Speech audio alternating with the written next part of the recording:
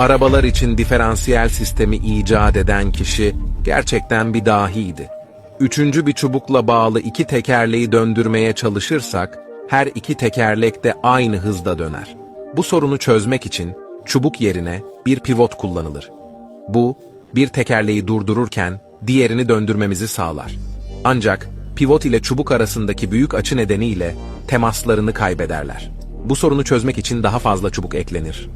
Şimdi her iki tekerleğin hızı kontrol edilebilir ve bir tekerleği durdururken diğerini döndürebiliriz. Bu da arabanın kolayca dönmesini sağlar. Bu gevşek sistemi daha pürüzsüz hale getirmek için dişliler takılır. Son olarak her iki tekerleği döndürmek için gereken gücü sağlamak için ek bir mil bağlanır.